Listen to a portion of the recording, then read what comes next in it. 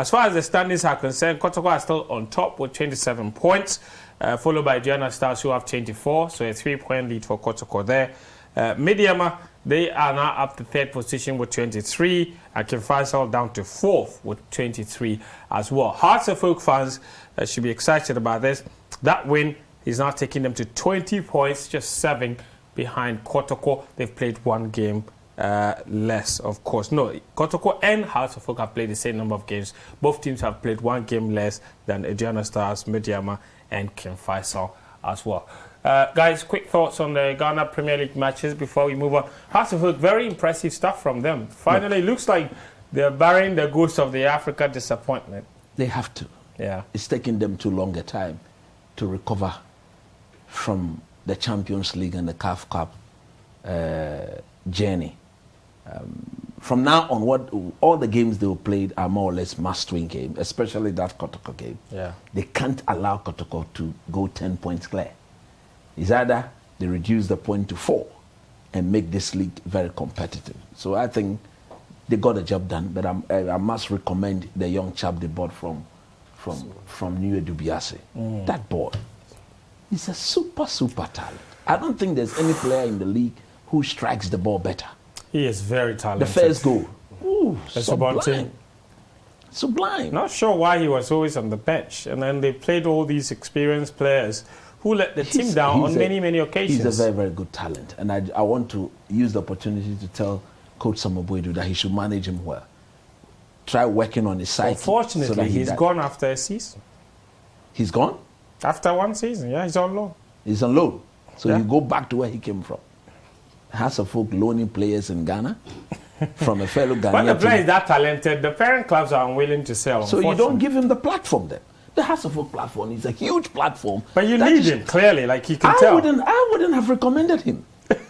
Hearts of Oak Kotoko loaning players in Ghana. They did it with Justice Blade too. Sometimes, it's important. Sometimes, in fact, the same way even Kotoko took Baba Rahman on loan. When the talent is undeniable, and you know that you need him. I repeat, I will never do that.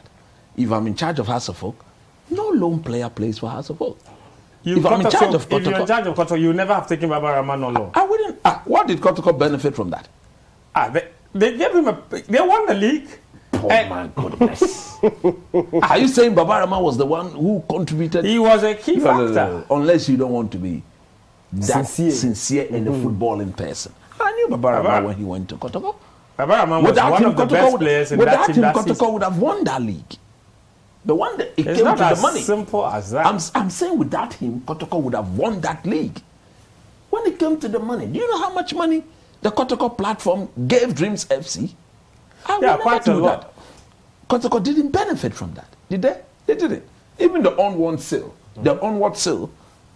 Dreams FC took all the money. Nimley, but let me go back. I get your point. We shouldn't dwell so much. Yes, but I feel like it's a very selfish approach because even in Europe, the loan players sell them for big fees, and nobody. And I'm saying, and the parent clubs sell them for big fees. And I'm the saying, clubs that they come to serve don't complain because they've served the purpose. And I'm saying, nothing is also wrong with me saying that if I'm in charge of Hearts of Oak, I will not take a lone player and offer him that platform.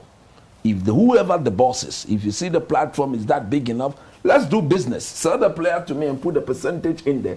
That gives you some money when I sell the player. Right, interesting. That is better. Go on with then quick on the Kotoko game. Yeah. I think the pitch obviously affected the beauty of the game. Yeah. The penalty was a clear penalty. That must be made known. And the penalty should have been retaken. Yes. It should have been retaken. Look. Because at the time that the goalkeeper was making the save, at the time that the ball was struck, Danlad, he was way off his goal line. You remember? We'll try to show that again because I'm not sure. Let's go back to the penalty. I outlined this thing. Abarazak Abalola. It's like the Kotoko goalkeeper's trainer. It seems that is the way he trains his goalkeepers. Because I outlined this problem with Abalola last season, that all the penalties that Abalola saved, per the rules of the game, all those penalties should have been retaken. Now, Abalola is not there. Danlad gets the nod as the #1 goalkeeper of Kotoko, and he's also doing the same thing. You ask yourself, where was the position of the assistant referee? Usually when the penalties are taken, The assistant referee is supposed to stand on the goal line and make sure that the goalkeeper does not come off his line.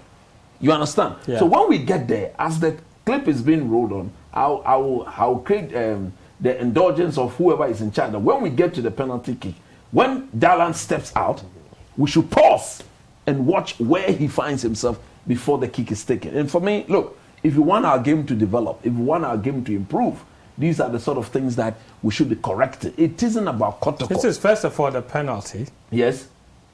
Which was a very clear penalty my view. Clear. He hit his hand. Now you see, when the penalty was being taken, what is this referee doing?